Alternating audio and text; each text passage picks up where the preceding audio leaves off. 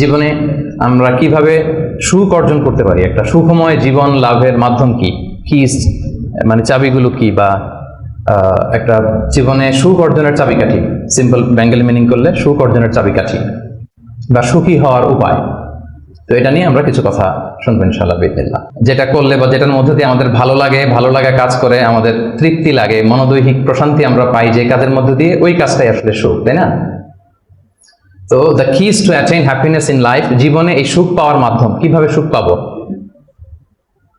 আমরা, এই যে তৃপ্তি লাগা, ভালো লাগা, এই সুখটা, এটা আমরা কিভাবে পাবো, কিভাবে এটা আমরা গেইন করব, ইসলামী পার্সপেক্টিভে এটা নিয়ে আজকে একটু কথা বলার চেষ্টা করবো ইনশাআল্লাহ। তো সম্মানিত সুধী, সুখ চাই না দুঃখ চাই এরকম কি কেউ আছে? সুখ লাগবে না এরকম কেউ আছেন এখানে? হ্যাঁ, জি বললো কে? জি না বলছে সে। আমি আমার পিএইচডিতে যে টপিকটা নিয়ে কাজ করেছি সেটা হচ্ছে human behavioural patterns in the Holi Quran, an analysis of its multiple dimensions, মানে মানুষের আচরণটা কোরআন কিভাবে দেখে, কোরআন এটাকে কিভাবে এক্সপ্লেইন করে। তো ওখানে অনেক টেন্ডেন্সিস দেখা যায় মানুষের মধ্যে, বিশ্বাসীদের এক ধরনের অ্যাটিচিউড, অবিশ্বাসীদের এক ধরনের অ্যাটিচিউড, তারপর যারা বিশ্বাসীও না অবিশ্বাসীও না মাঝামাঝি এক ধরনের অ্যাটিচিউড। কিন্তু সবার সাধারণত একটা কমন অ্যাটিচিউড হচ্ছে সবাই সুখ চায়, তাই না? সবাই শান্তিতে থাকতে চায়, সুখময় জীবন চায় সবাই, এবং সুখটাই মানুষ দেখাতে চায়, দুঃখটা দেখাতে চায় না। আপনি যদি আমাদের সোশ্যাল মিডিয়ার যুগ যেহেতু এখন, কানেক্ট করা আরো সহজ, দেখেন আমরা আমাদের সুখকর মুহূর্তগুলো শেয়ার দিই, আমাদের যে খুব গ্ল্যামারাস যে ইভেন্টস গুলো আছে, সুন্দর সুন্দর ইভেন্টস বাদ দেন, লেটস সে ছবি, আমি একটা ছবি আপলোড দিব কোনো এক কারণে, আমরা কি করি 10টা ছবি তুলে খুঁজে খুঁজে সবচাইতে সুন্দর লুক আসছে যেটা, ওইটা দেই। তার মানে সুখী তো হতে চাই বটেই, আবার এই সুখটা বুঝতেছেন তো নাকি? মানে ধাপে ধাপে আগাইলে আপনারা মজা পাবেন, টপিকটা ডাইজেস্ট হবে আর কি, যেটা আমরা বলি একেবারে শুরু থেকে শেষ পর্যন্ত আমরা বুঝে বুঝে আগালাম। তাহলে প্রথমে বুঝলাম যে সবাই সুখ চাই, এটাতে একমত সবাই, তাই না? গেল। এরপর হচ্ছে এই সুখটাই আমরা প্রকাশ করি, সুখটাই শেয়ার করি, সুখটাই দেখাতে চাই, দুঃখ আমরা লুকাই। এবং আমি আজকে সার্চ করে অবাক হলাম, বিশ্ব সুখ দিবস নাকি একটা আছে, আপনারাও একটু গুগল করে দেখেন। এটা হচ্ছে প্রতি বছর মার্চের 20 তারিখে the international day of happiness, বিশ্ব সুখ দিবস। দেখেন, তার মানে এটা যে আমরা চাই, এটা যে লাগবে, এটা ইন্টারন্যাশনালি কোন জায়গায় চলে গেছে দেখেন। সবাই এটা, আমরা সুখের কাঙ্গা, আমরা সুখের ভিখারি, আমরা সবাই সুখ চাই, সুখী হতে চাই আমরা সবাই। আর একটা মৌলিক কথা আলোচনা শুরুতে খেয়াল রাখলে সামনের পয়েন্টগুলো আমার বোঝাতে সুবিধা হবে, সেটা হচ্ছে এই পৃথিবীর সুখটা হচ্ছে টেম্পোরারি। এটাকে একমত সবাই? এই the happiness in this life is temporary, এটা টেম্পোরারি, এটা স্থায়ী না। আপনি সুখ পাবেন, আপনি সুখী হবেন, আবার দেখবেন দুঃখ চলে আসছে, সুখের পরে দুঃখ, আবার সুখ, এই যে this is the circle of life, সুন্নাতুল্লাহি ফিল আরদ। পৃথিবীতে এটাই আল্লাহর সুন্নাত, সুখের পরে দুঃখ আসে, দুঃখের পরে আবার সুখ আসে, এটা পার্মানেন্ট না। পার্মানেন্ট সুখ হচ্ছে আখিরাতে। তো আজকে আমি যেটা বলবো যে the keys to attain happiness, আমি দুইটার কথাই বলবো। টেম্পোরারি জীবনে এটা তো, এদিকের হ্যাপিনেস হতে লাগবে, শুধু আখিরাতে কিভাবে হ্যাপিনেস এটা তো হবে না। এই দুনিয়ার হ্যাপিনেসটাও কিভাবে আমরা অ্যাটেইন করতে পারি, এবং আমাদের যে লাইফ আফটার ডেথ, ওই লাইফেও আমরা হ্যাপিনেস কিভাবে অ্যাটেইন করতে পারি, এই সবগুলো ব্যাপার নিয়ে আমরা কথা বলবো ইনশাআল্লাহ বিইজনিল্লাহ। তাহলে নতুন আর একটা কথা যুক্ত হলো। প্রথম বললাম সবাই সুখ চাই, সুখটাই দেখাতে চাই। 3 নম্বর কথা যেটা যুক্ত হলো, দুনিয়ার সুখটা এটা অস্থায়ী, ক্ষণস্থায়ী। আপনি যদি চিরস্থায়ী সুখের সন্ধান পেতে চান, সেটা হবে আখিরাতে, এটা দুনিয়াতে কখনোই হবে না। এবং কোরআনের অনেক আয়াতে আপনি এটা দেখবেন, যেমন একটা আয়াতে আছে ওয়াম্মাল্লাযীনা সুঈদু ফাফিল জান্নাতি, লম্বা আয়াত। তারপর আল্লাহ বলছেন আতাআন গায়রা মাজযুদ, মানে জান্নাতে যে নিয়ামত আপনাকে দেয়া হবে এটা হচ্ছে আতা, এমন একটা রিওয়ার্ড বা এমন একটা গিফট যেটা হচ্ছে গায়রা মাজযুদ, এটা কখনো কাট আপ হবে না, আনইন্টারাপ্টেড গিভিং, কেউ ইন্টারাপ্ট করবে না এটাতে। আপনি যা চান, যেভাবে চান, যেটাতে আপনার সুখ হয়, শান্তি হয়, ওটা আসবেই, এবং আসা যে শুরু হবে এটার কোনোদিন থামবে না, এন্ডলেস। আখিরাতের যে সুখ প্রশান্তি এটা এন্ডলেস এবং এটা পার্মানেন্ট, আর দুনিয়াটা হচ্ছে ক্ষণস্থায়ী। এবং এই ক্ষণস্থায়ী দুনিয়াতে এই ইন্টারাক্টেড একটা টেম্পোরারি সুখের একটা নমুনা, একটা ছোঁয়া, একটা ঝলকানি দিয়ে আল্লাহ তাআলা ওই চিরস্থায়ী যে সুখের বন্দোবস্ত আল্লাহ করেছেন সেটার প্রতি আমাদেরকে আকৃষ্ট করতেছেন। এজন্য সামান্য কিছু সুখ আমরা মাঝে মাঝে একটু পাই এই দুনিয়াতে, যাতে আমাদেরকে বুঝাইতে সুবিধা হয় যে দেখো এতটুকুতেই কি মানে পাগল পারা, তোমরা মাতোয়ারা, তাহলে সেই যে মহাসুখ, সেই মহাসুখানুভূতি তুমি যে পাবে সেটা কত চমৎকার হবে। এবং এই দুনিয়ার এই ছোট্ট অনুভূতি এগুলো কিন্তু আমাদের মনে থাকবে। কোরআনের একটা আয়াত এটা প্রমাণ করে যে কুল্লামা রুজিকু মিনহা মিন সামারাতির রিজকা ক্বালু হাযা আল্লাযী রুজিকনা মিন ক্বাবলু ওয়া উতু বিহি মুতাশাবিহা। আমরা যখন জান্নাতে যাব, আমাদেরকে জান্নাতের যখন কোনো ফল দেয়া হবে, লেটস সে অ্যাপেল দেয়া হলো খাওয়ার জন্য, এই অ্যাপেল দেখেই মানুষ বলবে এই তো আপেল তো দুনিয়াতেও খাইছে এটা। তার মানে দুনিয়াতে যে খাইছে এই সেন্স কিন্তু আমরা ভুলে যাইনি।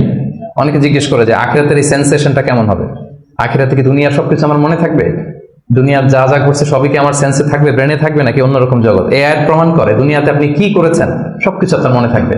ফলে অ্যাপেল যখন দেয়া হবে দেখেই বলবে উতু বিহি মুতাশাবিহা, এরকম আপেল তো আমাকে দুনিয়াতে দেয়া হয়েছে, আর এটা তো আপেল, তো এখানে না কি ডিফারেন্ট কিছু দেওয়া হবে, তো আপেল দিতেছে কেন এখানে? আপেল অনেকে আপেল লাইকও করে না দুনিয়াতেই, সেইখানে যদি আপেল দিয়ে আপেল দেয় বা কমলা দেয়, হয়তো মানুষ এরকম প্রশ্ন করবে। এবং কোরআন তো সেটা টেস্টিফাই করছে যে হ্যাঁ, মানুষ বলবে যে এটা তো আমরা দুনিয়াতেই খাইছি, তখন আল্লাহ বলবে যে না, এটা অ্যাপেল, বাট দুনিয়ার অ্যাপেলের মতন। দুনিয়ার আপেলে একটা স্বাদ পাওয়া যায়, এই আপেলে 1000 স্বাদ পাওয়া যাবে। মানে এটার ফিচারটাই আলাদা। এটা খেয়ে দেখো না, তো টেস্টি করো নাই, একটা বাইট দিয়ে দেখো যে কি কিরকম। তো এই আয়াতটা আমি আনলাম এজন্য যে মানুষের সব খেয়াল থাকবে, দুনিয়াতে কি হয়েছিল, কি খাইছিল, কি করছিল, তার সব হিস্ট্রি তার মনে থাকবে। তার মানে এই টেম্পোরারি আমাদের এই জীবনে, এই ক্ষণস্থায়ী এই দুনিয়ার জীবনে আল্লাহ তাআলা সামান্য সুখের ছোঁয়া আমাদেরকে দিয়ে সে আখিরাতের মহা সুখের প্রতি আল্লাহ তাআলা আমাদেরকে আকৃষ্ট করছেন।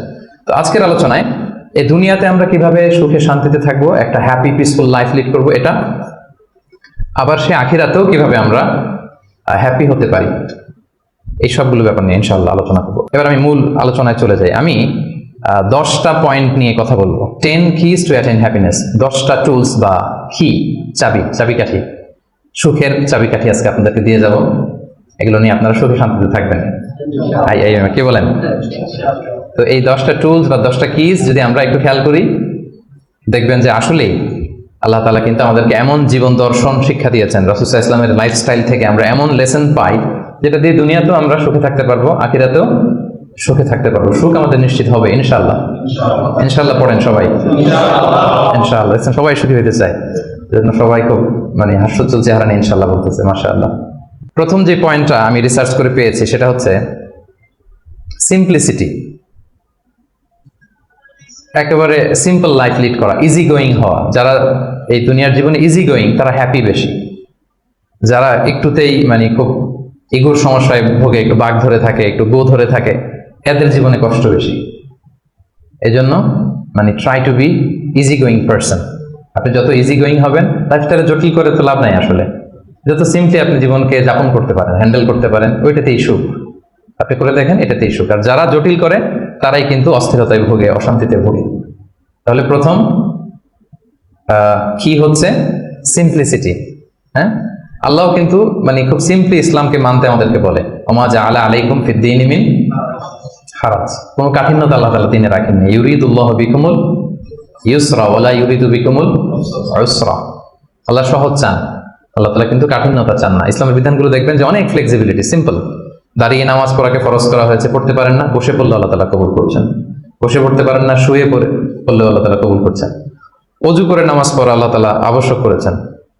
ওযু করতে পারতেছেন না, তায়াম্মুম করে পড়লেও নামাজ আল্লাহ তাআলা কবুল করছেন। এই যে দেখেন সিম্পলিসিটি। এবং রাসূল সাল্লাল্লাহু আলাইহি ওয়াসাল্লামের লাইফ লিডিং সিস্টেমে যদি আপনি দেখেন, ওনার অ্যাটিটিউডটা কেমন ছিল, উনি কিভাবে ওনার জীবনযাপন করতেন, ওখানেও দেখবেন যে রাসূল সাল্লাল্লাহু আলাইহি ওয়াসাল্লাম খুবই সিম্পল লাইফ লিড করতেন। তো বলার অপেক্ষা রাখে না, কি বলেন? রাসূল সাল্লাল্লাহু আলাইহি ওয়াসাল্লামের সিরাত যারা পড়েছেন, ছোট্ট একটা উদাহরণ দেই। সহিহ মুসলিমের একটা হাদিস অনেকে শুনেছেন, আমাদের আয়েশা রাদিয়াল্লাহু তাআলা বর্ণনা করেন যে রাসূল সাল্লাল্লাহু আলাইহি ওয়াসাল্লামের অ্যাটিটিউডটা কত সিম্পল ছিল, কত সিম্পলি তিনি লাইফ লিড করতেন। দেখেন, তিনি বর্ণনা করেন যে রাসূল সাল্লাল্লাহু আলাইহি ওয়াসাল্লাম সকালবেলা যখন আসতেন, স্ত্রীদের ঘরে তো ফজরের সালাতের পরে আসতেন, তাই না? ফজরের সালাতের পর রাসূল সাল্লাল্লাহু আলাইহি ওয়াসাল্লাম লম্বা সময় মুসাল্লায় বসে থাকতেন। সালাম ফিরানোর পরে সাহাবাদের দিকে মুখ ফিরিয়ে বসতেন, লম্বা সময় তাসবিহ পড়তেন, ইশরাকের সালাত পড়তেন। এরপর সাহাবাদের সাথে কিছু পার্সোনাল কারো কোনো কোশ্চেন থাকলে ওটার আনসার করতেন। বিশেষ করে রাতে কেউ স্বপ্ন দেখলে ওটা ব্যাখ্যা করতেন রাসূল সাল্লাল্লাহু আলাইহি ওয়াসাল্লাম। রাসূল সাল্লাল্লাহু আলাইহি ওয়াসাল্লাম বলতেন, যেহেতু ফজর জাস্ট ঘুম থেকে উঠে আসছে, এখনই তো স্বপ্নের ব্যাখ্যা দিতে হবে। তো রাসূল সাল্লাল্লাহু আলাইহি ওয়াসাল্লাম বলতেন যে হাল রাআ আহাদুম মিনকুম আল বারিহাতা আর-রুইয়া, গত রাতে কেউ স্বপ্ন দেখছো নাকি? তো সাহাবারা কেউ যদি স্বপ্ন দেখে থাকতেন বলতেন যে আমি তো এটা দেখেছি, আমি ওটা দেখেছি। রাসূল সাল্লাল্লাহু আলাইহি ওয়াসাল্লাম নিজের স্বপ্ন আবার বলতেন। রাসূল সাল্লাল্লাহু আলাইহি ওয়াসাল্লামের স্বপ্ন আবু বকর রাদিয়াল্লাহু তাআলা আনহু ব্যাখ্যা করে দিতেন। নবীদের মধ্যে সবচাইতে ভালো স্বপ্নের ব্যাখ্যা করতে জানতেন ইউসুফ আলাইহিস সালাম, ইয়াকুব আলাইহিস সালাম, এবং নিঃসন্দেহে আল্লাহ রাসূল সাল্লাল্লাহু আলাইহি ওয়াসাল্লাম। এবং সাহাবাদের মধ্যে সবচেয়ে ভালো স্বপ্নের ব্যাখ্যা করতে জানতেন আবু বকর রাদিয়াল্লাহু তাআলা। রাসূল সাল্লাল্লাহু আলাইহি ওয়াসাল্লামের অনেক স্বপ্ন তিনি ব্যাখ্যা করে দিয়েছেন, কিছু কিছু সঠিক ব্যাখ্যা করেছেন, কিছু কিছু করতে পারেননি। তাবিঈদের মধ্যে সবচেয়ে ভালো স্বপ্নের ব্যাখ্যা করতেন মুহাম্মদ ইবনে সিরিন, আপনারা জানেন। রাসূল সাল্লাল্লাহু আলাইহি ওয়াসাল্লাম বলতেন যে কেউ স্বপ্ন দেখছো, দেখছি, তো ব্যাখ্যা করে দিতেন। এরপর তো তিনি ঘরে ফিরতেন, যেই রাতে যেই স্ত্রীর ঘরে ছিলেন সেই ঘরেই ফিরতেন। তো আম্মা জান আয়েশা রাদিয়াল্লাহু তাআলা আনহার ঘরে যে রাতে থাকতেন, যখন ফিরে আসতেন উনি বর্ণনা করতেছেন যে একদিন রাসূল সাল্লাল্লাহু আলাইহি ওয়াসাল্লাম এসে ঘরে এসে জিজ্ঞেস করলেন যে হাল ইনদাকুম শাই, মানে ঘরে খাবার টাবার কি কিছু আছে? আম্মা জান আয়েশা রাদিয়াল্লাহু বললেন যে না, মা ইনদানা শাই ইয়া রাসূলুল্লাহ, ইয়া রাসূলুল্লাহ, না, ঘরে তো ব্রেকফাস্ট করার মতো কিছু নাই। তখন রাসূল সাল্লাল্লাহু আলাইহি ওয়াসাল্লাম বললেন ক্বালা ফা ইন্নী সাইম, ঠিক আছে তাহলে আমি রোজা রেখে দিলাম। সুবহানাল্লাহি ওয়া বিহামদিহি। এটা সিম্পলিসিটির একটা উদাহরণ। দেখেন, ঘরে খাবার আছে আয়েশা, না খাবার নাই, তখন খাবারের বন্দোবস্ত করাতে তো খারাপ কিছু না, করা যায়। বা বলতে পারতেন যে ফাতেমার ঘরে দেখো না কিছু আছে কিনা, বা পাশে সাউদার ঘরে কিছু পাওয়া যায় কিনা, বা আমি একটু আনসারীদের বাসায় যেয়ে দেখি কিছু একটা ম্যানেজ করা যায় কিনা। যদি এরকম করতেন এটা খারাপ কিছু ছিল না, এটা হতেই পারে। কিন্তু রাসূল সাল্লাল্লাহু আলাইহি ওয়াসাল্লামের অ্যাটিটিউডটা দেখেন, খাবার আছে ঘরে, না খাবার নাই, আচ্ছা ঠিক আছে, না যেহেতু রোজা রেখে দিলাম, আমি রোজা আজকে আমি রোজা নিয়ত করে ফেললাম। চিন্তা করছেন কত সিম্পল লাইফ। এইভাবে আপনি যদি এক পয়েন্টে, তো আমরা অনেক লম্বা চূড়া কথা বলবো না, খুবই সিম্পল ওনার লাইফ লিডিং সিস্টেম ছিল। His lifestyle was so simple but yet so special. এই সিম্পলিসিটির মধ্যে দিয়ে উনি অনেক স্পেশাল ছিলেন। তাহলে জীবনে সুখী থাকার প্রথম কি হচ্ছে, কি সেটা? সিম্পলিসিটি। জটিলতায় না যে আসেন লাইফটাকে সিম্পল করে, সিম্পলি জীবনযাপন করে, এটা আপনাকে সুখ এনে দেবে। ইট brings happiness to your life. এটা গেল এক নাম্বার। দুই নাম্বার, আপনার সেকেন্ড কি টু অ্যাটেইন হ্যাপিনেস, সেটা হচ্ছে টু ফরগিভ আদার্স, অন্যকে ক্ষমা করে দেয়া। আপনি যদি ক্ষমা করে দেন মানুষকে, আপনি সুখে থাকবেন, শান্তিতে থাকবেন।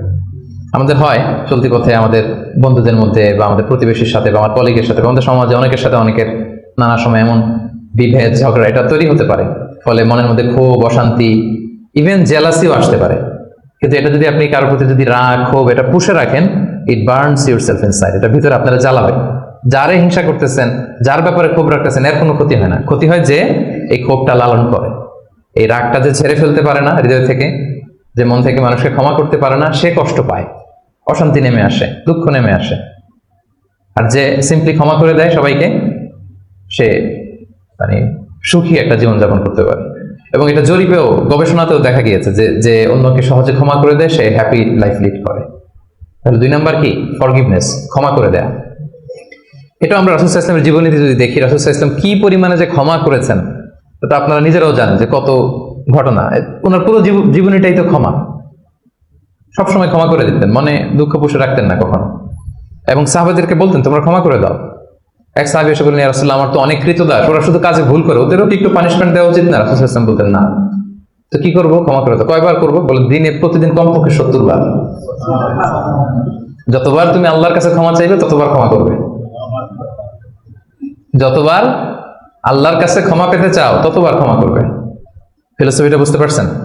আমরা আল্লাহর কাছে ক্ষমা চাই, কিন্তু আমরা একে অপরের ক্ষমা করতে পারি না। আল্লাহ তাআলা বলেন যে তুমি ক্ষমা করো, আমি তোমার ক্ষমা করে দেবো। তুমি ক্ষমা করো তোমার ভাইদের, আমি তোমার ক্ষমার ব্যবস্থা করতেছি। তো এই জন্য আমরা যেন ক্ষমা করি। রাসূল সাল্লাল্লাহু আলাইহি ওয়াসাল্লাম সবসময় ক্ষমা করে দিতেন, কারোর ব্যাপারে মানে ক্ষোভ, রাগ এগুলো কখনোই রাখতেন না।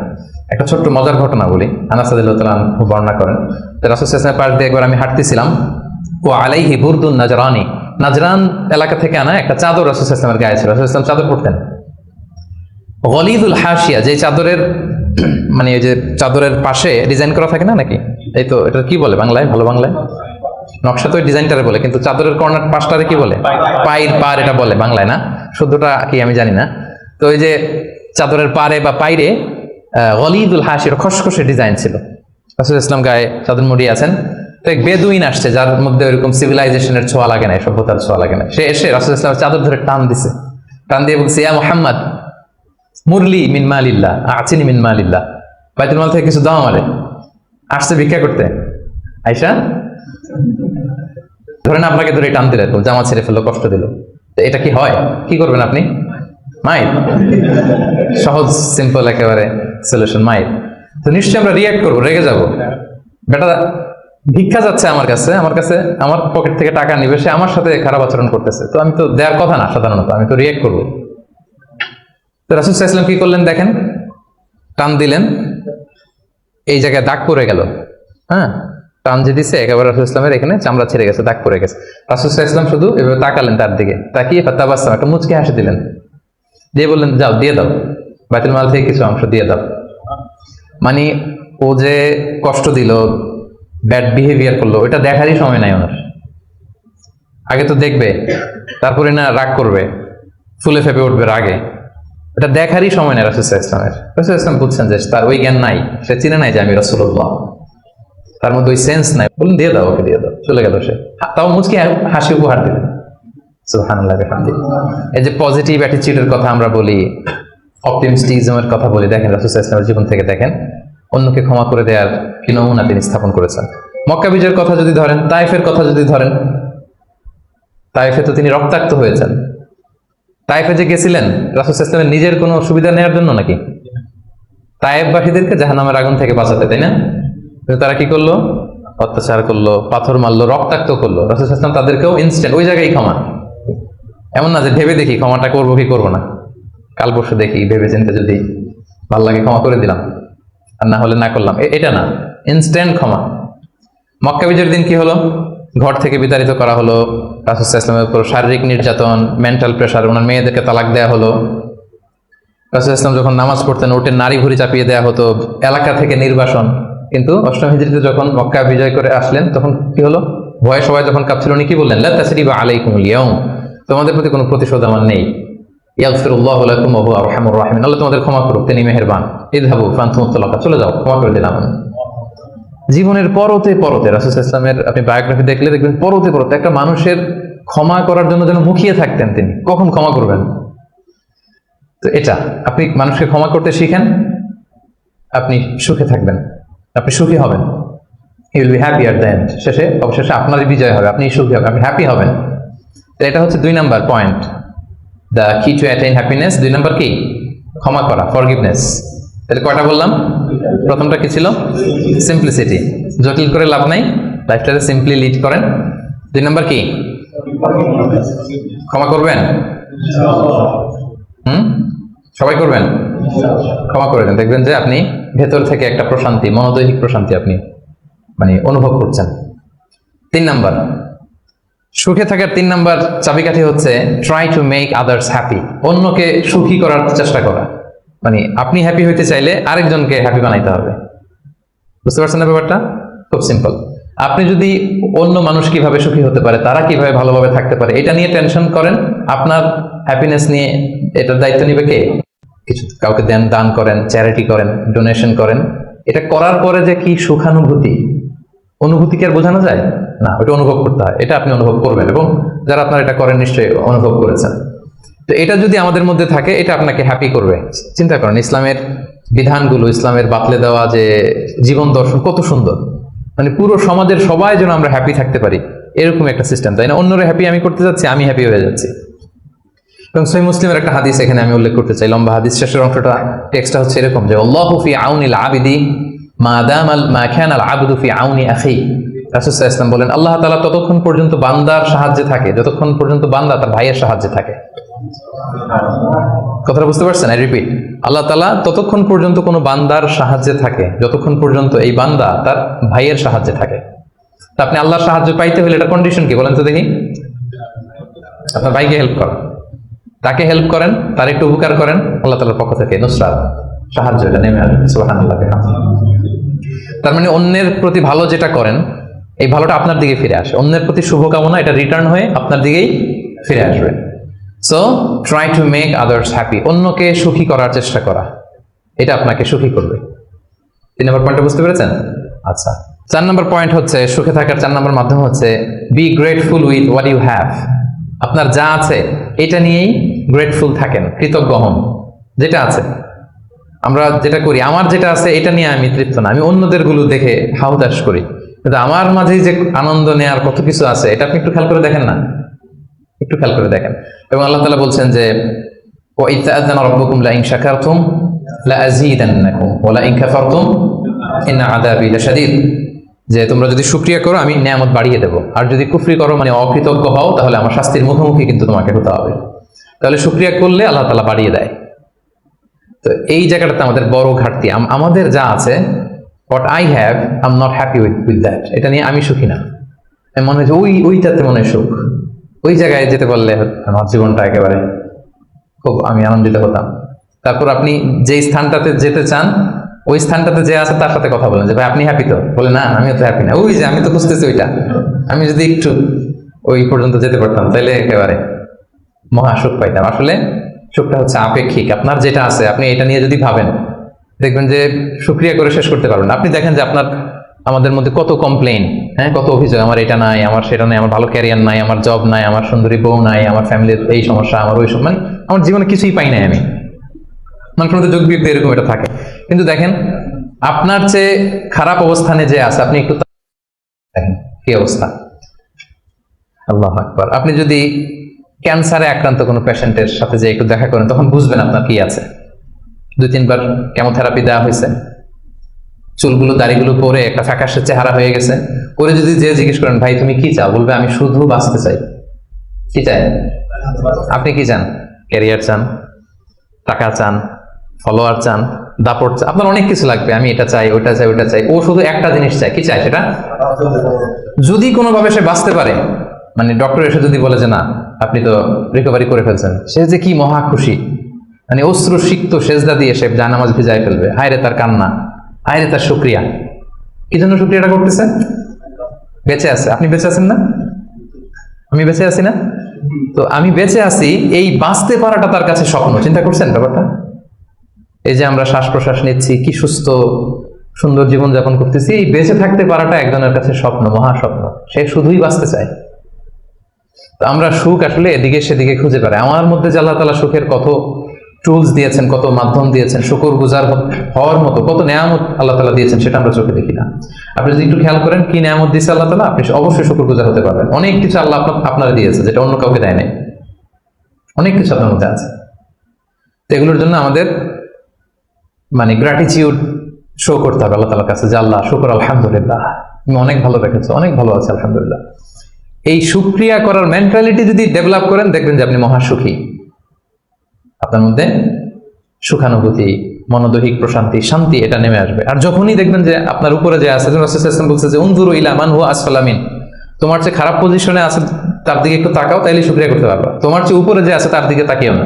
এটা এমন না যে আপনি নিজেকে ডেভেলপ করার চেষ্টা করবেন না, করবেন, কিন্তু আপনি ওর দিকে তাকায় আমার এটা হলো না, আমি পারলাম না, এটা আসবে। কিন্তু আপনি যদি নিচের দিকে তাকান তাহলে বুঝবেন যে আল্লাহ তাআলা আপনাকে কত ভালো রেখেছে।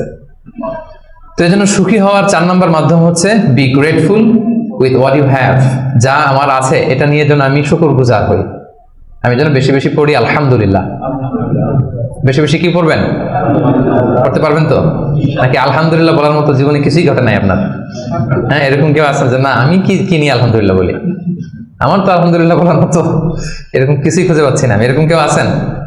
হ্যাঁ, না, আলহামদুলিল্লাহ বলার মতো অনেক কিছু আল্লাহ তাআলা দিয়েছে। খুঁজে দেখেন, সুখে থাকবার মতো আলহামদুলিল্লাহ বলার মতো অনেক কিছু আমাদের জীবনে আছে প্রিয় ভাইরা। তো 4টা গেল। 5 নাম্বার আমরা চলে যাই এবার। 5 নাম্বার হচ্ছে অনেকটা কাছাকাছি আগেরটার, অ্যাভয়েডিং কম্পারিজনস, তুলনা না করা। আমরা অনেক সময় নিজেকে অন্যদের সাথে তুলনা করতে যে অশান্তিতে ভুগি, এটা কিন্তু হয়। কম্পারিজন করলেই অশান্তি নেমে আসে। এটা খেয়াল রাখবেন যে আল্লাহ তাআলা এই পৃথিবীতে আপনাকে একজন unique, a very unique person হিসেবে পাঠিয়েছেন। প্রতিটি মানুষ অনন্য এই পৃথিবীতে, প্রত্যেকটা মানুষ, কারোর সাথে কারোর তুলনা হবে না। সো আপনি যদি দেখেন যে না ওর তো সফলতা বেশি, ওর তো এটা বেশি, ওর এটা হয়ে যায়, এটা হচ্ছে আপনার একটা হাইলাইটেড রিল। ফেসবুকে একটা নতুন রিল বের করছে না, এইটার সাথে কম্পেয়ার করলে হবে না। ইংরেজিতে একটা কি যেন বলে যে the grass is always green out of the fence, মানে বাইরে থেকে বাগানের ঘাস খুব সবুজ লাগে, কিন্তু বাগানে যে বসে দেখবেন না ওদিকে তো হলুদ হলুদ ঘাস আছে, মরা ঘাস, লাল ঘাস, এটা সেটা, কিন্তু বাইরে থেকে গল্ফ মাঠ দেখলে কেমন লাগে? ওরে আল্লাহ এত গ্রিন। গল্ফ মাঠে যে বইটা দেখেন যে কি খসখসে রুক্ষ, কিরকম আরো কিছু ঘাস আছে, সুন্দর না? অসুন্দরটা কাছে গেলে দেখা যায়, দূর থেকে আপনি বুঝবেন না। তো আপনি যাদের গ্ল্যামারাস লাইফ দেখে আপনি হাহুতাশ করেন, বুক চাপড়ান, এটা হচ্ছে হাইলাইটেড রিল ফেসবুকের, মানে ওইটাই তার মূল লাইফ না। হ্যাঁ, that is not the total picture. কারণ শুরুতেই তো বলছি, দেই কোনটা আমরা ফেসবুকে? কথা বলেন, স্পেশাল ইভেন্ট গুলো দেই আমরা। আমার দুঃখের ওটা তো আমি লুকাই, আমরা লুকাই, ওটা তো আমরা দেখাই না। সো অন্যের হাইলাইটেড রিল দেখে যেন হাহুতাশ না করেন। আপনি একজন অনন্য মানুষ, আল্লাহ তাআলা আপনার মধ্যেও এমন কিছু ক্যাপাসিটি, ক্যাপাবিলিটি দিয়েছে, এটা দিয়ে আপনি বিশ্ব জয় করতে পারেন আপনি। সো আপনি অন্যের সাথে কম্পেয়ার করবেন, আপনি নিজেকে ডেভেলপ করবেন, মানে compete with your self instead of others. অন্যের সাথে কম্পিট না করে নিজেকে try to B the best version of your self in every single day. প্রতিদিন আপনি ট্রাই করে নিজেকে আপনার মানে শ্রেষ্ঠ ভার্সনে পরিণত করেন, নিজের সাথে নিজে কম্পিট করেন। কিন্তু তুলনা করতে গেলে অশান্তিতে ভুগবেন, যে ওর তো এত টাকা স্যালারি, ওর তো এত অ্যাচিভমেন্ট, আমার তো নাই, ওর এটা আমার নাই, এভাবে কম্পেয়ার করতে গেলে আপনি দুঃখী হবেন, অস্থিরতায় ভুগবেন। জন্য এই কম্পেয়ারটা করা যাবে না। এবং রাসূল সাল্লাল্লাহু আলাইহি ওয়াসাল্লামকে আল্লাহ তাআলা দেখেন কি চমৎকার করে কোরআনের নির্দেশ দিয়েছেন সূরা তাহার ভেতরে, ওয়ালা তামুদ্দান্না আইনাইকা ইলা মা মাতআনা বিহি আজওয়াজাম মিনহুম যাহরাতাল হায়াতিদ দুনিয়া লিনাফতিনাহুম বিহি। মানে নবী হে, কাফিরদের এক দলকে আমি দুনিয়াতে দাপট দিয়েছি, ক্ষমতা দিয়েছি, ধন সম্পদ ঐশ্বর্য দিয়েছি, ওইদিকে যেন আপনার চোখ না যায়। আল্লাহ তাআলা কাকে বলতেছেন? রাসূলুল্লাহ সাল্লাল্লাহু আলাইহি ওয়াসাল্লাম বলতেছেন যে কাফেরদের মধ্যে থেকে একদলকে আমি অনেক ধন সম্পদ দাপট অনেক কিছু দিয়েছি, আপনি ওইটা দেখে মন খারাপ করেন না, মানে কম্পেয়ার করতে যায় না, আমার এটা নাই, আপনারা যে আমি কত কিছু দিয়েছি, আপনাকে তো নেয়ামত দিয়ে আমি ধন্য করে ফেলেছি। তো রাসূল সাল্লাল্লাহু আলাইহি ওয়াসাল্লামকে আল্লাহ তাআলা এই নির্দেশনা দিয়েছেন। আরেকটা আয়াত শোনাই, সূরাতুল গাফিরে বলছেন, সূরাতুল মুমিন যেটা, ফালা ইয়াগরুরকা তাকাল্লুবুহুম ফিল বিলাদ। নবী হে, কাফিররা এই দুনিয়াতে বড় বড় সফর করে, বিশাল ক্যারাভান নিয়ে যায়, অনেক লাভ করে নিয়ে আসে, এটা সেটা, তাদের জীবনের এই চাকচিক্য দেখে এটা দেখে এটা যেন আপনাকে ধোকায় না ফেলে দেয়। আপনি এটার সাথে নিজেকে কম্পেয়ার করবেন না, আপনি নিজের সেলফ ডেভেলপমেন্টের চেষ্টা করবেন, আপনার রোলটা আপনি প্লে করবেন, প্রপার সময় প্রপার রেসপন্সটা আপনি করবেন, কিন্তু আপনার সাথে আপনি আরেকজনকে কম্পেয়ার করবেন না। এই কম্পেয়ার করার কারণে আমাদের সমাজে, আমাদের জীবনে অনেক অশান্তি তৈরি হয়। এই কম্পারিজনটাতে কিন্তু ক্ষতি। এই পয়েন্টটা বুঝতে পারছেন? কম্পারিজন করবেন না, কারণ প্রত্যেকে আমরা অনন্য একজন মানুষ। অ্যাভয়েডিং কম্পারিজনস, আপনি যখনই এই তুলনা বাদ দিবেন দেখবেন যে আপনি হ্যাপি। তুলনা করলেই, কারণ নিচের দিকে তার তুলনা করবেন না, করবেন কোথায়? এইটা নাই, ওইটা নাই, আমার এইটা হইল না, আমার সাথে কেন হয়, আমার কেন এত দুঃখ। এই কম্পারিজন যখন করবেন অস্থিরতা আসবে। এই পয়েন্টটা ক্লিয়ার? আচ্ছা, মাশাআল্লাহ, 5টা চলে গেল। 6 নাম্বার, এটা খুব ইন্টারেস্টিং। 6 নাম্বার পয়েন্ট যেটা আমি লিখেছি সেটা হচ্ছে পিস অফ মাইন্ড। এই যে শুরুতে কে যেন সংজ্ঞায় বললো যে মনের সুখ, তো এই যে মনের সুখটাই আসল সুখ, আমরা যে বাংলায় বলি, এই পয়েন্টটা হচ্ছে এটাই, মনের সুখই আসল সুখ। আপনার মন, আপনার হৃদয়টা, আপনার হার্ট, আপনার সোল, এইটা মানে পিস অফ মাইন্ড আছে কিনা, এইটা আপনি খেয়াল করবেন। বাহ্যিক অনেক জিনিস আপনার মানে চোখ ধাঁধানো মনে হতে পারে, ওইটা কিন্তু আসলে সুখ না। সুখ আসলে কোথায়? হৃদয়ের সুখটা, মনের সুখটাই আসল সুখ। আপনি দেখবেন যে অনেক অনেক সম্পদশালী, অনেক টাকার মালিক, অনেক নেম ফেম, কিন্তু ফ্যামিলিতে সুখ নেই, ঘরের ভেতরে তার অশান্তি। এরকম আছে না অনেক? আসলে কি সে সুখী? টাকা পয়সার তো শেষ নাই, মিলিয়নিয়ার, বিলিয়নিয়ার, মাল্টি বিলিয়নিয়ার, বিশাল বিজনেস ম্যাগনেট, কিন্তু ঘরে স্ত্রীর সাথে ভালো সম্পর্ক নাই, ছেলে মেয়ে কথা শোনে নাই, তো অহরহ এখনকার সময়। আসলে কি সে হ্যাপি? কি বলেন? চিত্তে শান্তি নাই, মনে সুখ নাই। মনের সুখ আসল সুখ। অনেক টাকার মালিক, ঘরে 8-10টা কাজের লোক, কয়েকটা বাবুর্চি, কিন্তু খেয়ে হজম করতে পারে না। আছে এরকম প্রবলেম অনেকের? বলেন তো, যার ডাইজেস্টের সমস্যা, ডাইজেস্ট হয় না, তার কত কষ্ট। আমাদের কখনো যখন এরকম হয় যে ডাইজেস্ট হচ্ছে না, একটু কি বলে ফুড পয়জনিং বা বদহজম, এরকম কিছু হলে কি অশান্তি লাগে। সারা জীবনটাই এটা, তার জীবনটা কেমন যাচ্ছে বলেন? আপনার যে মনে শান্তি আছে, এই যে 2 টাকা দিয়ে নাসি আয়াম খেয়ে ফেলতে পারতেছেন, যেখানে মনে চাই বসে ফেলতে পারতেছেন, শুইতে পারতেছেন, থাকতে পারতেছেন, কত সিম্পল লাইফ, কত সুখ। এরপরেও আমরা যদি সুখ খুঁজে না পাই, আপনি একটু ওদের দিকে তাকান, কিছুই হজম হয় না। তাদের কি অবস্থা? ঘরে শান্তি নাই, ফ্যামিলিতে শান্তি নাই। তো এই জন্য সম্মানিত ভাইয়েরা, পিস অফ মাইন্ড, এটা হচ্ছে the true happiness, the real happiness. আপনার মনটা যদি প্রশান্ত থাকে, আপনি যদি মনোদৈহিক প্রশান্তির মধ্যে থাকেন, you are the happiest person in the world. আপনি সুখী, মহাসুখী, আপনি মহাসুখী। ইউআই থেকে বের হলে বুঝবেন দুনিয়াটা কেমন। এখানে আমরাও তো ছাত্র জীবন কাটিয়েছি একটা সময়, সুবহানাল্লাহ। পারিবারিক জীবনে যাবেন, ক্যারিয়ার লাইফে যাবেন, বিজনেসে যাবেন, ব্যবসা যাবেন, দিনকে দিন জটিলতার মধ্যে আপনি আসবেন। এখন যে কত হ্যাপি লাইফ লিড করতেছেন আপনি কল্পনা করতে পারবেন না। এই জন্য শুকরগুজার হতে হবে। তো তাই বলে কি এখন টাকা পয়সা সম্পদ এগুলোর দরকার নাই? বাড়ি ঘর বাবুর্চি এগুলো দরকার নাই যেগুলো বলতেছিলাম না? দরকার আছে। আমি বুঝাতে চাচ্ছি যে ওগুলোই আসল সুখের সন্ধান দেয় না। আসল সুখ কিসের সুখ? মনের সুখ। সবাই বলেন আসল সুখ মনের সুখ। পার্থিব জীবনের এই ব্যাপারগুলো যে লাগে এটাও ইসলাম বলে। যেমন রাসূল সাল্লাল্লাহু আলাইহি ওয়াসাল্লাম একটা চমৎকার হাদিস, সহিহ হাদিস, এটা আমি একটু করে শেয়ার করি। রাসূল সাল্লাল্লাহু আলাইহি ওয়াসাল্লাম বলেছেন যে আরবাউ মিনাস সাআদা, চারটা হচ্ছে মানে সুখী হওয়ার মাধ্যম বা সৌভাগ্যশীল হওয়ার মাধ্যম। যার চারটা আছে সে সাঈদ, আর যার চারটা নাই সে শাকী। সাঈদ মানে কি সুখী বা সৌভাগ্যশীল, আর শাকী মানে দুঃখী বা দুর্ভাগা।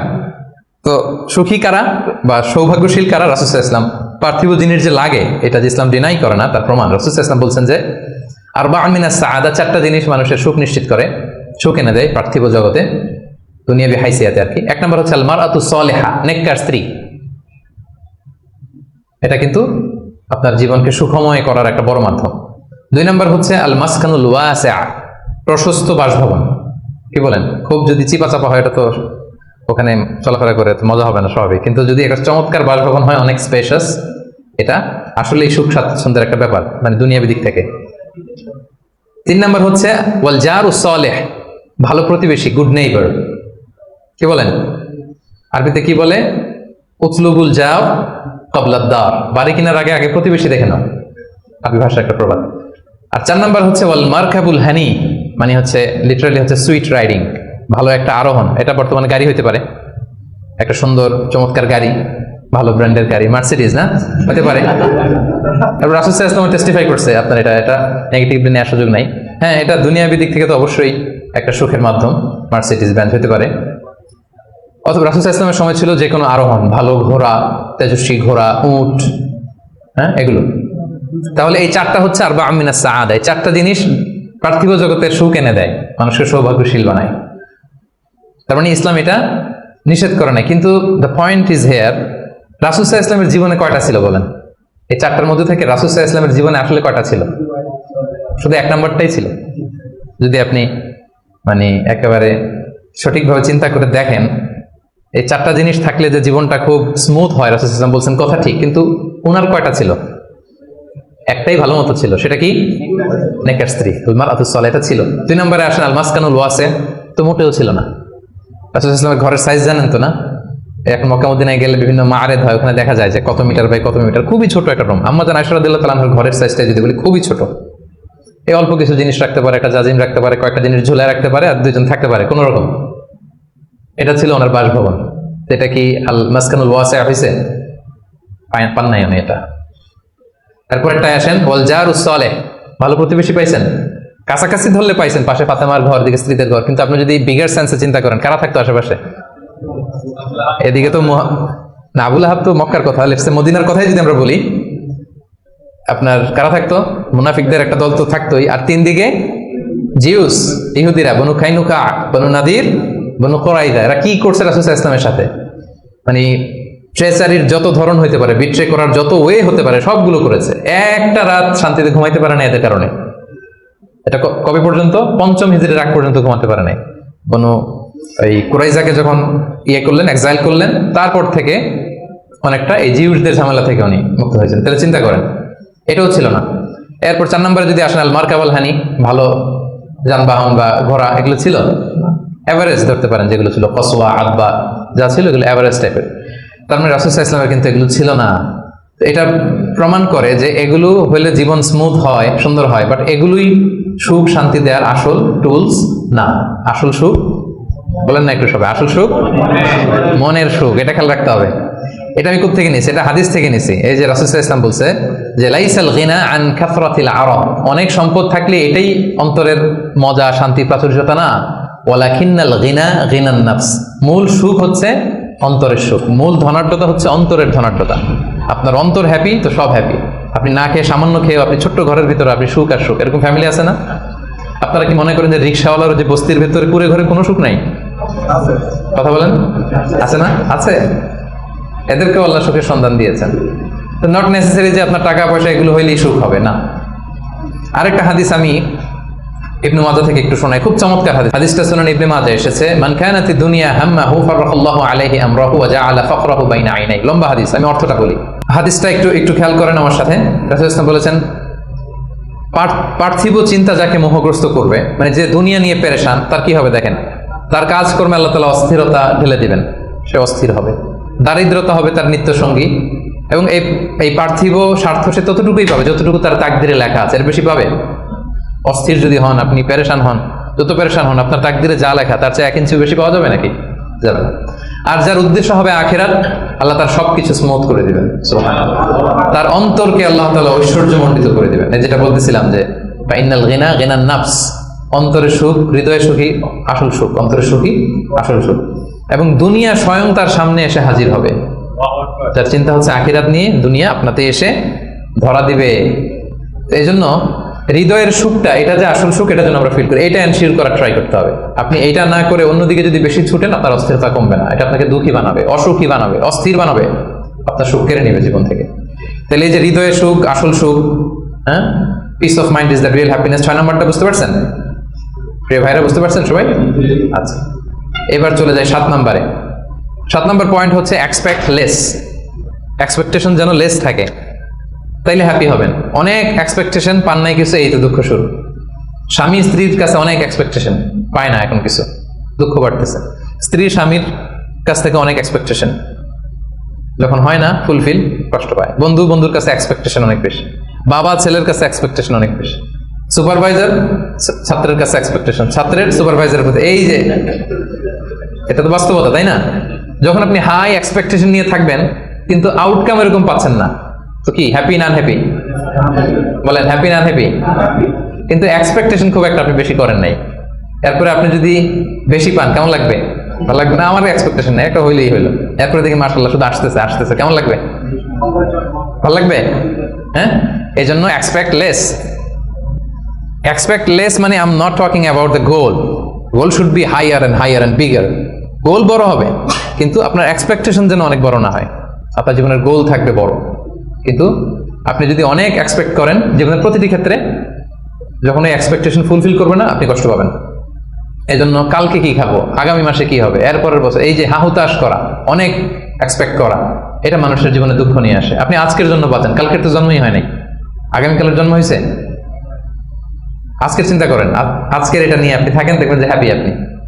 আর যখনই কালকে কি করব, আগামী মাসে কি হবে, 23 সালে তো নাকি মন্দা, টাকার দাম কমতেছে, বিশ্ববাজারের কি অবস্থা, এই গোটা দুনিয়ার সব টেনশন যখন আপনি আপনার দায়িত্বে নিবেন, এই দুঃখ আপনার দুঃখ কেউ থামাতে পারবে না। দেখেন এখানে ইসলামী দৃষ্টিভঙ্গিটা কি দেখেন একটু। আল্লাহ রাসূলুল্লাহ সাল্লাল্লাহু আলাইহি ওয়াসাল্লাম চমৎকার একটা কথা বলেছেন, সহিহ বুখারীর বর্ণনা। রাসূলুল্লাহ সাল্লাল্লাহু আলাইহি ওয়াসাল্লাম বলেছেন, দুনিয়ার চলতি পথে আমাদের চলাফেরাটা বা লাইফস্টাইলটা যদি এমন হয়, দেখবেন যে ইউ উইল বি হ্যাপি। রাসূলুল্লাহ সাল্লাল্লাহু আলাইহি ওয়াসাল্লাম বলেছেন, কুন ফিদ দুনিয়া কাআন্নাকা গরীব আও আবিরু সাবিল। এই দুনিয়াতে তুমি এমন ভাবে চলো যে তুমি গরীব। গরীবের ভালো বাংলা কি? মানে এই জায়গার লোক না আর কি, এটা আরেক জায়গার, স্ট্রেঞ্জার ইংরেজিতে, মানে as if you are a stranger here. হ্যাঁ, মুসাফির হতে পারে। ওই যে আবিরু সাবিল বলছে, ওইখানে আসলে মুসাফিরটা চলে আসার জন্য আমি ডিফারেন্সিয়েট করতেছি যে গরীব একটা আর আবিরু সাবিল আর একটা। এরকম স্ট্রেঞ্জারের মতো অথবা ট্রাভেলারের মতো লাইফ লিড করো। দেখেন হাদিসটা খেয়াল করে শুনতে হবে, তাহলে বুঝতে পারবেন অন্তর্নিহিত যে উদ্দেশ্যটা। এই দুনিয়াতে এমন ভাবে চলো as if you are a stranger in this দুনিয়া or you are a traveller. আচ্ছা, এবার আমাকে উত্তর দেন। লেটস সে আপনার পেনাঙে যেতে হবে, পেনাঙের ফ্লাইট ধরেন যে কেএলআই 2 থেকে 2টায়, দুপুর 2টায়, যে শোনেন যে 3 ঘন্টা ডিলে। কয় ঘন্টা? তা এখন 3 ঘন্টা যেহেতু ডিলে, তাহলে একটা ইজি চেয়ার কিনে নেই এয়ারপোর্টে, কি বলেন? একজন করলো কি, ইজি চেয়ার একটা কিনে নিল। এয়ারপোর্ট ধরেন যে অনেক খাবার দাবার ওখানে কিনে নিল, এরপরে ওখানে একটা এটা কিনলো সেটা কিনলো, মানে ওখানে একটা খাট কিনে নিল, এটা কিনে নিল। বিশাল এয়ারপোর্টের মধ্যে সে বিশাল আয়োজন করতেছে 3 ঘন্টা এনজয় করার জন্য। কোনো পাগলও কেমনটা করে? কেন করে না? কারণ আবিরু সাবিল, সে তো ট্রাভেলার। 3 ঘন্টা তো কোনো রকম সূরাতে যায় একটু নামাজ পড়তে পড়তে, অথবা একটু কোরআন তেলাওয়াত করতে করতে, অথবা ক্ষুধা লাগলে একটু কেএফসি তে ঢুকে একটু ফ্রেঞ্চ ফ্রাইস খেতে খেতে তো চলে যাবে, কি বলেন? এভাবেই তো আমরা কাটাই। আমরা ফ্লাইট ডিলে হলে কি করেন বলেন? 3 ঘন্টা ফ্লাইট ডিলে হয়েছে, এয়ারপোর্টে কি করেন? কিছু জরুরি ফোন কল আছে, সেরে নেই নাকি? একটু পত্রিকায় ঢুমারি, কি কি নিউজ আজকে দেশে বিদেশের একটু দেখি, তারপরে একটু নামাজ পড়ে নেই বা একটু অজু করে নেই, একটু ওয়াশরুম সেরে নেই, ক্ষুধা লাগলে একটু মিনুম খেয়ে নেই বা এটা একটু করে নেই। এইভাবে আমরা সাধারণত আমাদের ফ্লাইট ডিলে হলে টাইম পাস করি। তো এখন রাসূল ইসলাম বলছেন, এই দুনিয়ার পুরো জীবনটাই আসলে তো এটা তো একটা ট্রানজিশন পিরিয়ড। আমরা মানে আমাদের ভাবনাতেই ওইটা আনি না যে আমাদের বিশাল এক জগৎ, আমাদের বিশাল এক ব্যবস্থাপনা ওখানে পড়ে আছে, ওইটার ওইভাবে ফিল করি না। বলি, পড়ি, শুনি, কিন্তু ফিলিংসটা ওইভাবে আসে না। মানে এমন ভাবে এই দুনিয়াতে আষ্টে পৃষ্ঠে দুনিয়া কেন্দ্রিক আমাদের এমন ভাবনা। একটা মজার ঘটনা বলি। নূহ আলাইহিস সালামের সময়ে এক মা তার ছোট বাচ্চাকে কোলে নিয়ে আল্লাহ নবী নূহ আলাইহিস সালামের কাছে এসে বলতেছেন, ইয়া নবী আল্লাহ হাদা ইবনি উদউ আল্লাহ লা, আমার ছেলে একটু দোয়া করে দেন। তো নূহ আলাইহিস সালাম বলতেছেন, কাম আমরু, তোমার ছেলের বয়স কত? তো সে বলতেছে সালাসুমি আসানা, 300 বছর। কোলের শিশু বয়স কত শুনতেছেন? 300 বছর। নূহ আলাইহিস সালাম বলে, তোমার কোলের শিশু 300 বছর বয়স, অবশ্যই দোয়া করবো, আল্লাহ তার জীবনে বরকত দেখ। কিন্তু তুমি কি জানো, শেষ জামানার যে উম্মতরা আসবে তারা 60 থেকে 70-এর মধ্যে সব মরেই যাবে। আমাদের গড় বয়স এটা না, রাসূল সাল্লাল্লাহু আলাইহি ওয়াসাল্লাম বলেছেন, আমারু উম্মতি মা বাইনা 60 ইলা 70, আমার উম্মতের গড় বয়স 60 থেকে 70। ওয়া আকাল্লুহুম মা ইয়াজুজু যালিক, অল্প কিছুই এটা ক্রস করে বেশি হায়াত পাবে। 80, 90, 100 এরকম হায়াত তো খুব কম না, রেয়ার কেস না? অ্যাভারেজ বয়স কত আমাদের? 60 থেকে 70। তো বলতেছে যে তুমি যে দোয়া চাইলা, ভালো, আমি দোয়া করি, তবে জেনে রেখো শেষ জামানার উম্মতদের গড় বয়স হবে 60 থেকে 70। এই কথা শুনে তো মহিলা বলে, ইয়া নবী আল্লাহ আয়াবনুন আল বুয়ুত, তাহলে তারা কি দুনিয়াতে ঘরবাড়ি বানাবে? মানে 60-70 হলে তার ঘরবাড়ি বানানো লাগে না, কি বলেন? 60-70 তো এমনি সেমনি গাছের নিচে একটু খেয়ে দেয়, সাঁতার কেটে ঘুরে ফিরে, তো এতে এমনি চলে যাবে। তো এখন এই মহিলারা যদি বুর্জ আল খলিফা দেখানো যাইতো, আর এখানে এই যে সাতু মালয়েশিয়া টাওয়ার, সিগনেচার টাওয়ার আর মার্দেকাস টাওয়ার যদি দেখানো যেত, তাহলে বুঝতো যে কি বিল্ডিং আমরা বানাইতেছি।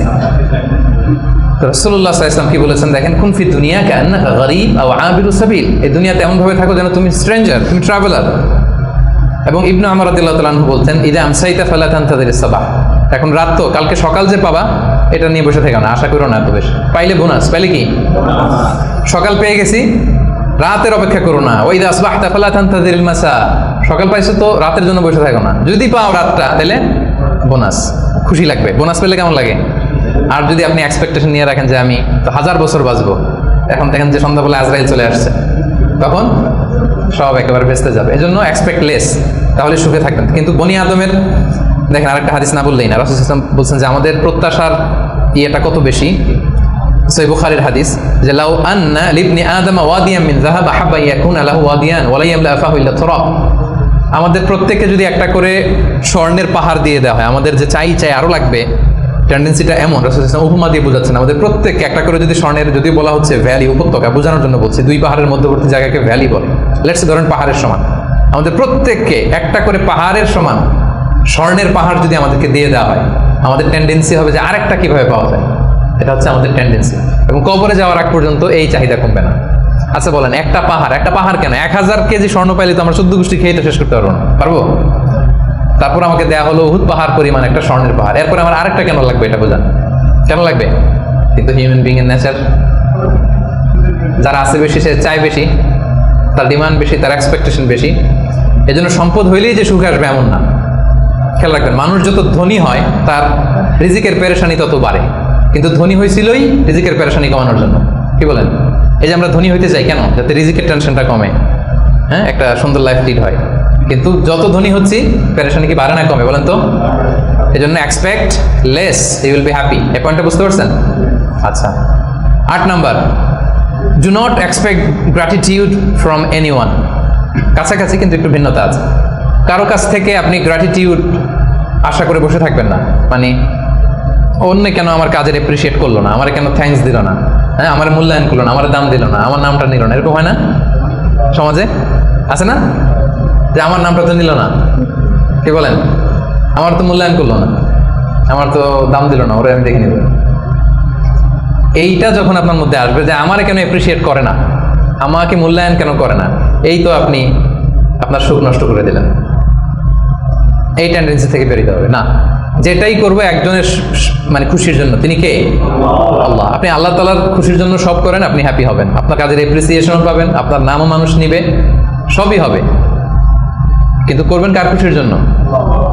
এক্সপেকটেশন যদি থাকে যে আমাকে কেন থ্যাঙ্কস দিল না, আমার গ্র্যাটিটিউড কেন দিল না, এই তো আপনার মধ্যে অশান্তি চলে। আপনি ভালো কাজ করেন, ভালো কাজ করলে অ্যাপ্রিসিয়েশন আসবে, বাগানে ফুল ফুটলে ওটা সুঘ্রাণ ছড়াবে, আকাশে চাঁদ উঠলে ওটা দেখবে, ওটা লুকিয়ে থাকে নাকি? ওটা আসবেই। এজন্য বিশ্বাসীদের টেন্ডেন্সি হবে কিরকম? সূরাতুল ইনসান আল্লাহ তাআলা বলছেন আবরারের বৈশিষ্ট্য কি, বলতে বলতে শেষে আল্লাহ বলছেন ইন্নামা নুতঈমুকুম লিওয়াজহিল্লাহ লা নুরিদু মিনকুম জাযাআও ওয়ালা শুকুরা, যে আমরা তোমাদেরকে এই যে আপ্যায়ন করাচ্ছি, খাওয়াচ্ছি, এটা আল্লাহর সন্তুষ্টির জন্য, লিওয়াজহিল্লাহ। তোমাদের কাছে কোনো জাযাকাল্লাহু খায়র বলবা এটাও লাগবে না, শুকরিয়া বলবা এটাও চাই না, জাযা শুকুর কিছুই চাই না, সব করি কার জন্যে? আপনি এটা করে দেখেন, do everything for the sake of Allah, you will be happy. কিছু পাইলে তো পাইলেন, কিন্তু ও কেন গণলো না, ও দাম দিল না, ও নাম নিল না, মূল্যায়ন করলো না আমাকে, এইটা থেকে বেরো আসতে হবে। এইটা যতদিন আপনি লালন করবেন আপনি আনহ্যাপি হবেন। বুঝতে পেরেছেন? 8টা গেল, আর কয়টা আছে? 9 নম্বর হচ্ছে বি হোপফুল, বি অপটিমিস্টিক। আশাবাদী হইতে হবে। বিশ্বাসীরা সবসময় আশাবাদী হয়। শয়তানের মিশন হচ্ছে আমাদেরকে হতাশ বানানো। শয়তানের মিশন কি? এখন তো এটা অনেক সমস্যা, হতাশ ছেলেপেলেরা কি করবে না করবে, আমাদের কাছে এই প্রশ্নগুলোই বেশি আসে, হতাশা নিয়েই আসে। ক্ষোভ, বাবা মায়ের প্রতি ক্ষোভ, স্ত্রীর প্রতি ক্ষোভ, বন্ধুর সাথে ক্ষোভ, সবার সাথে সবার এই যে ক্ষোভ, এগুলো থেকে হতাশার জন্ম দেয়। ছেলেপেলেরা সুইসাইডও করে ফেলে। মানে সুইসাইডের টেন্ডেন্সি আগে তো এত ছিল না, এখন মানুষ এটা নিয়ে ভাবে যে কি সুইসাইড করে ফেলবো না, কিন্তু প্রত্যেকের এরকম একটা ভাবনা, যার পেছনে না পারলে একটা রাস্তা তো আছে, সুইসাইড করে ফেলি। কি পরিমাণে হতাশ হলে জাতিগতভাবে মানুষ এতটা দৈন্যতার ভেতরে যায়। তো বিশ্বাসীরা কখনো হতাশ হয় না প্রিয় ভাইরা, হতাশ নিজেকে হতে দিবেনই না। চলে যান লাঙ্কাবি ঘুরে আসেন, চলে যান কেএলসিসি ঘুরে আসেন, ওই যে ওয়াটার ডান্সিং আসেন দেখে আসেন একদিন সন্ধ্যা, যেটা ভালো লাগে ওটা করেন। হতাশ হইতে দিবেন না মনকে, করা যাবে না। হতাশ হলেই বিপদ, হতাশা থেকেই সবকিছুর সব ঝামেলার জন্ম। এবং শয়তানের বড় মিশন হচ্ছে বিশ্বাসীদেরকে হতাশ বানানো, আর এই কোরআনের মিশন হচ্ছে আমাদেরকে আশাবাদী বানানো। এটা আশা জাগা নিয়ে একটা বই, আপনি পড়ে দেখেন, এই কোরআনের কথা শুনে দেখেন, শুধু আশা আর আশা, মানে হতাশ হইতেই দিবে না, শুধু মানে এনার্জি আপনার অপটিমিস্টিক বানাই ছাড়বে। আপনি কোরআনের কয়েকটা আয়াতকে আমি রেফার করি, লা তাহজান ইন্নাল্লাহা মা'ানা, লা তাহজান, never be sad, never be frustrated, Allah is with us, আল্লাহ আমাদের সাথে আছে। আবু বকর রাদিয়াল্লাহু তাআলা আনহু সেই গারে সাউরে তিনি ভয় পাচ্ছিলেন, উদ্বিগ্ন। রাসূল সাল্লাল্লাহু আলাইহি ওয়াসাল্লাম বললেন, ভয় নাই, আমাদের সাথে কে আছে? আমরা গুহার ভিতরে 2 জন না, এখানে 3 জন, তুমি আমি 2 জন, আরেকজন কে? আল্লাহ। দেখছেন আমাদের পাওয়ারের জায়গাটা কোথায়? সবসময় এটা ফিল করবেন যে আল্লাহ আমার সাথে আছে, আল্লাহ আমার একা ছেড়ে দেয় নাই, উনি আমার বড় গার্ডিয়ান। এরপরে সূরা ইউসুফ আল্লাহ বলেছেন, লা তাইয়াসু মির রাহিল্লাহ, আল্লাহর রহমত থেকে নিরাশ হবে না। ইন্নাহু লা ইয়াইয়াসু মির রাহিল্লাহ ইল্লাল কওমুল কাফিরুন, কাফেররা ছাড়া কেউ আল্লাহর রহমত থেকে নিরাশ হয় না। কুল ইয়া ইবাদিয়াল্লাযিনা আসরাফু আলা আনফুসিহিম লা তাকনাতু মির রাহমাতিল্লাহ, আল্লাহর রহমত থেকে নিরাশ হয়ো না। ইন্নাল্লাহা ইয়াগফিরুদ যুনুবা জামিআ, আল্লাহ তুমি চোখের পানি ছেড়ে অশ্রুসিক্ত হৃদয় নিয়ে আল্লাহর কাছে চাও, আল্লাহ তোমাকে ক্ষমা করে দিবেন। কিন্তু ক্ষমা করার জন্য বসে আছেন। এভাবে আপনি দেখবেন যে আপনার যে কোনো মোমেন্টে আল্লাহর দরজা খোলা 24/7। সূরাতুল ইনশিরাহ আল্লাহ বলছেন, ইন্নামা আল উসরি ইউসরা, কষ্টের পরেই কি আছে? স্বস্তি, সুখ। সুখের কথা শুনলে এনার্জি আসতেছে না, যে এখন কষ্ট যাচ্ছে আমার, কিছুদিন পরে কি আসতেছে? সুখ আসতেছে। এটাই নিয়ম। ওয়ালা তাহিনু ওয়ালা তাহজানু ওয়া আনতুমুল আ'লাউনা ইন কুনতুম মুমিনিন, আপনি বিপদে আছেন, আপনি অপ্রেসড, আল্লাহ বলতেছে চিন্তা নাই, টেনশন নাই, তুমি যদি মুমিন হও, বিশ্বাসী হও, বিজয় তোমার হবে, বিজয় একদিন তোমার হবেই হবে। তো এই যে কোরআন আমাদেরকে এইভাবে মোটিভেশন দেয়, আমাদেরকে হোপফুল থাকতে বলে, অপটিমিস্টিক থাকতে বলে। এবং আপনি যদি খেয়াল করেন যে আমাদের হতাশ হওয়ার কোনো সুযোগ নাই, তো আমাদের, আপনি সুখে আছেন তো আপনি শুকরগুজার হবেন। আমরা সুখ আসলে, বুশরা, সাকসেস আসলে আমরা কি করি? আলহামদুলিল্লাহ। তাহলে শুকুর, আল্লাহ শুকুর করলাম, শুকুর করলে সওয়াব আছে না? আচ্ছা, এখন আমার বিপদ আসছে, পরীক্ষা, দুর্ঘটনায় পড়ছি, তখন আমরা সবর করব। কি করব? সবর একটা ইবাদত না? সওয়াব আছে না? তাহলে আমাদের মুমিনদের পুরো জিন্দেগিতে এই 2টা ইবাদত ছাড়া কোনো একটা মুহূর্ত কাটে? আমার সারা জীবন হয় আমি শুকরে আছি, নয় সবরে আছি। কি বলেন? কন্টিনিউয়াস এই 2টা ইবাদত কিন্তু মুমিনের জীবনে চলমান, আর এই 2টা ইবাদতের কারণে কন্টিনিউয়াস আপনি সওয়াব পেতেই থাকবেন। আপনি শুকর গুজার অবস্থায় আছেন, শুকরের সওয়াব আমল নামে উঠতেছে। বিপদে পড়ছেন, হসপিটালে আছেন, অসুস্থ, কি করতেছেন তখন? সবরের সওয়াব আমল নামে উঠতেছে কন্টিনিউয়াস।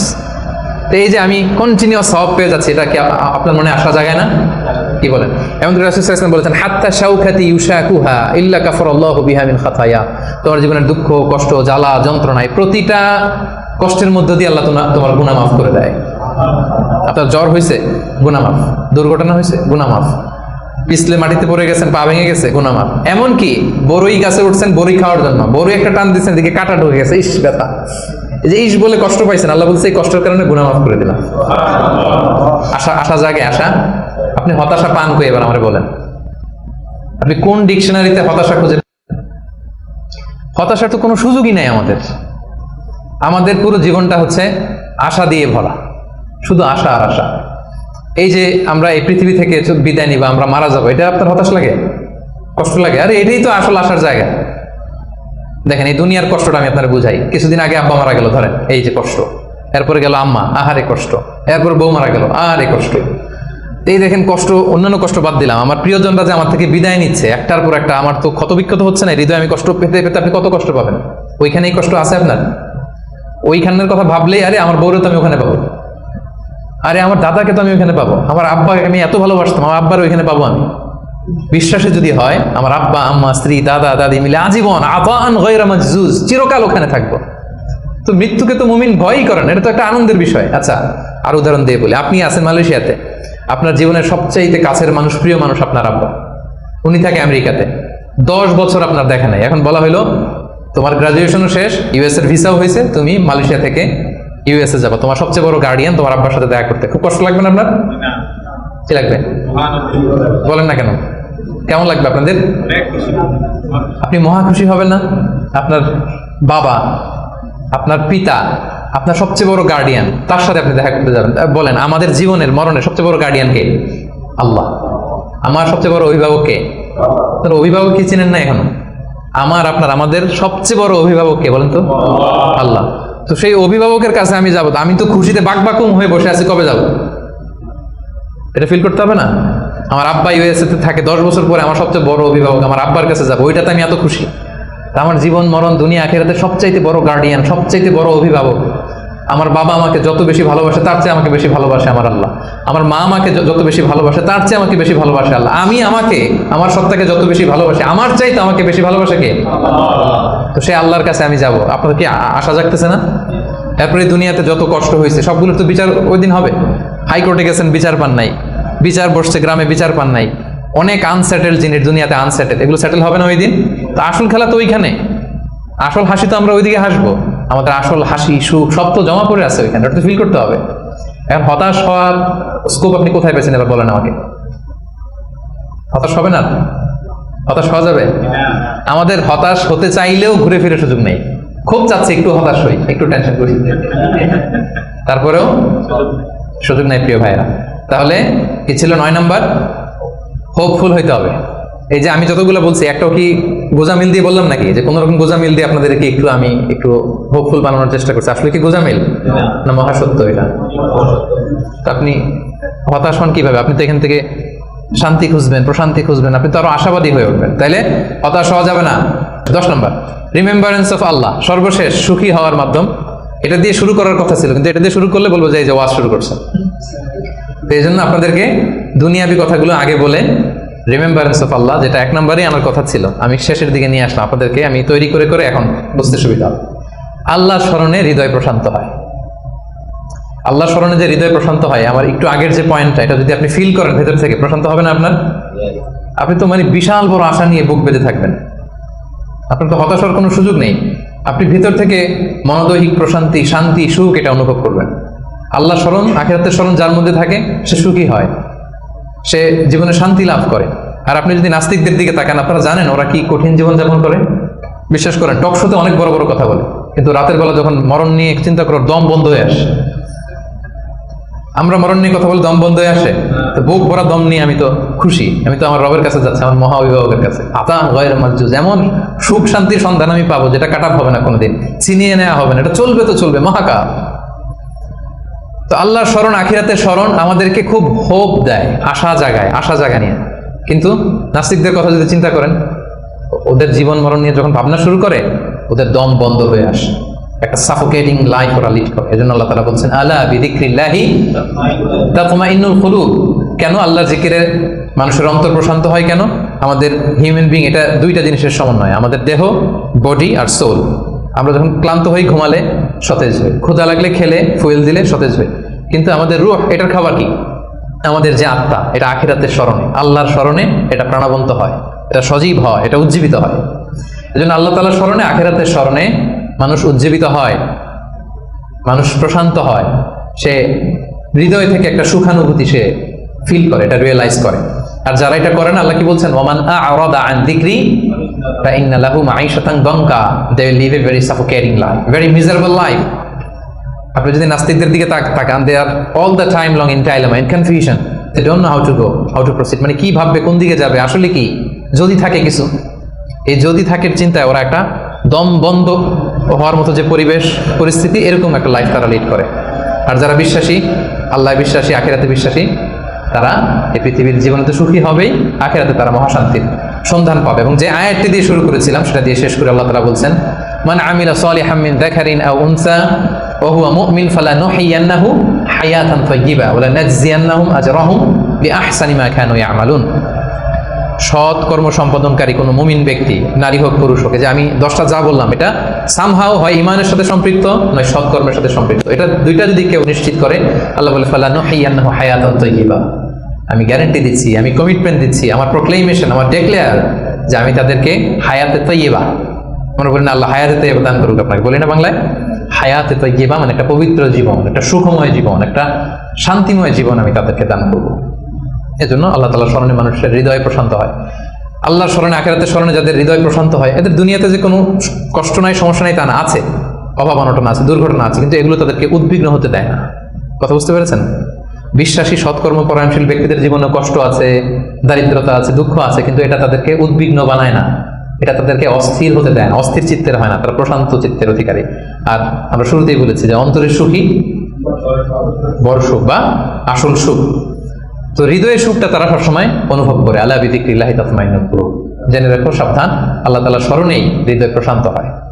তো আমরা যেন আল্লাহ তাআলার স্মরণের মধ্য দিয়ে, আখিরাতের স্মরণের মধ্য দিয়ে পৃথিবীতে সুখী হতে পারি, প্রশান্ত চিত্তের অধিকারী হতে পারি। আল্লাহ তাআলা আমাদের সবাইকে কথাগুলো বোঝার, আমল করার তৌফিক দান করুন। আমি কি একটু করে 30 সেকেন্ডে একটু পয়েন্টগুলো আবার বলবো? কি কি বলেছিলাম? 1 নম্বর কি ছিল? সুখী সমৃদ্ধ জীবনের জন্য সিম্পলিসিটি, সিম্পল লাইফ লিড করা, ইজি গোয়িং হওয়া। 2 নম্বর ক্ষমা করে দেয়া। ক্ষমা করে দিবেন?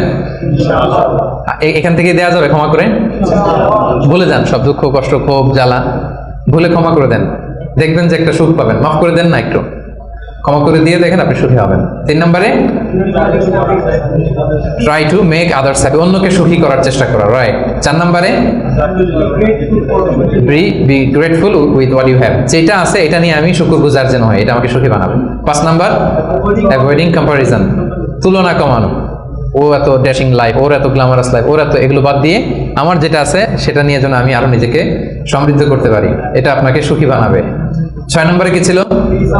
Piece of mind. এটাই হচ্ছে, কিন্তু এটা হচ্ছে আজকে বলা যায় টেক অ্যাওয়ে মেসেজ। আজকের আলোচনার টেক অ্যাওয়ে মেসেজ কি?